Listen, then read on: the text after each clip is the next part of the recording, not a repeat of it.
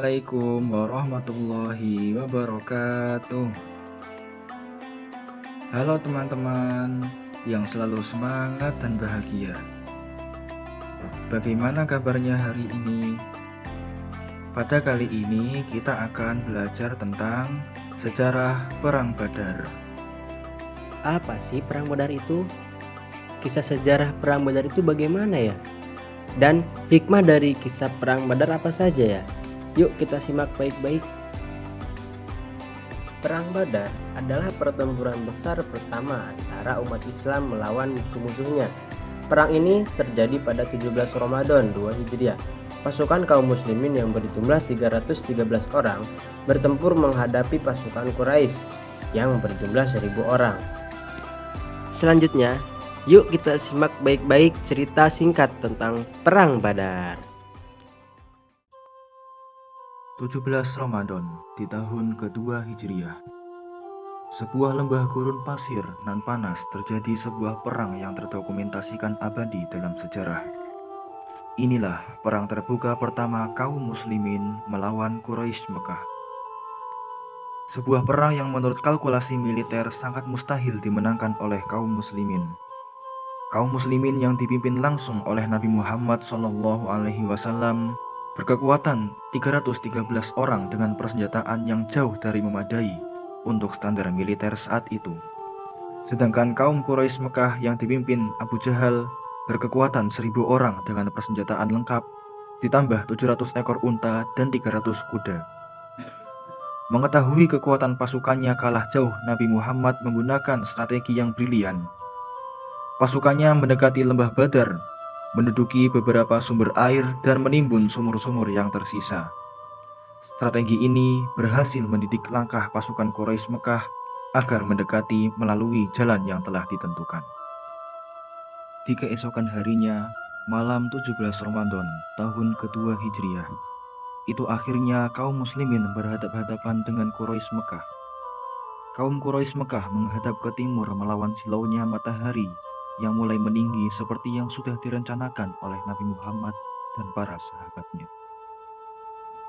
Perang Badar tidak terjadi begitu saja, namun perang ini memiliki penyebab dari beberapa tahun sebelumnya, yaitu kaum Quraisy mengusir Nabi Muhammad dari Mekah. Pada usianya yang ke-40, Nabi Muhammad menerima wahyu pertama, sekaligus memulai era kerasulnya. Ajaran yang dibawa Nabi Muhammad ini sangat bertolak belakang dengan kepercayaan penduduk Mekah, sehingga mendapatkan tantangan keras. Salah satu pemimpin Mekah yang bernama Abu Jahal menjadi orang terdepan yang menentang Nabi Muhammad SAW. Perang pun tidak terelakkan. Kaum muslimin dengan kekuatan yang tidak memadai harus berhadapan-hadapan dengan kaum Quraisy Mekah. Di perang tersebut, dalam pasukan muslim terdapat 3 sahabat yang kelak menjadi pemimpin umat Islam, yaitu Abu Bakar, Umar bin Khattab, dan Ali bin Abi Thalib. Perang dimulai dengan pertarungan kecil. Wakil dari kedua potongan kaum muslimin mengirimkan Hamzah, Ali bin Abi Thalib, dan Ubaidah bin Al-Harith. Perang satu lawan satu pun dimulai dan akhirnya ketika wakil Quraisy maka itu tewas, sedangkan wakil kaum muslimin hanya Ubaidah bin Al-Harith yang mengalami luka yang agak serius, sehingga tidak mampu melibatkan diri dalam perang tersebut. Perang besar pun dimulai. Kaum muslim terbagi dalam 3 bagian, yaitu kanan, tengah, dan kiri. Mereka bertempur dengan menjaga jarak sambil melepaskan anak-anak panah. Mereka terkoordinir dalam satu perintah langsung dari arahan Nabi Muhammad SAW. Sedangkan kaum Quraisy Mekah tidak terkoordinir, yang jelas tanpa menghiraukan kesatuan tempur.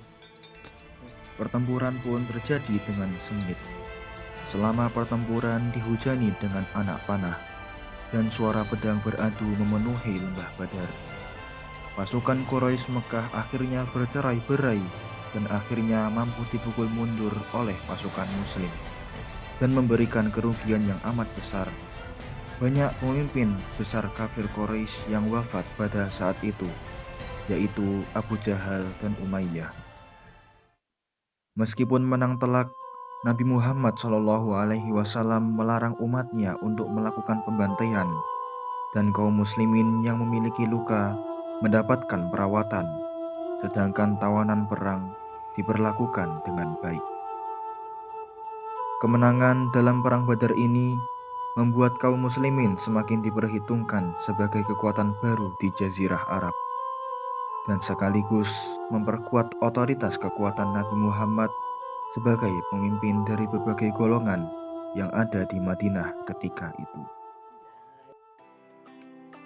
Nah, selanjutnya ada beberapa hikmah yang dapat kita ambil dari kisah perang Badar ini.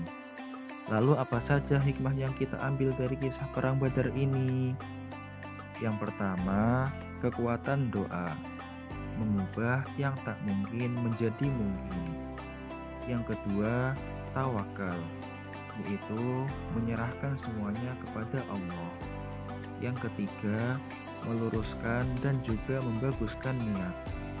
Yang keempat, jangan merasa cukup dengan amal yang kita lakukan. Yang kelima, pentingnya bermusyawarah. Dan yang keenam, tidak menuntut balas.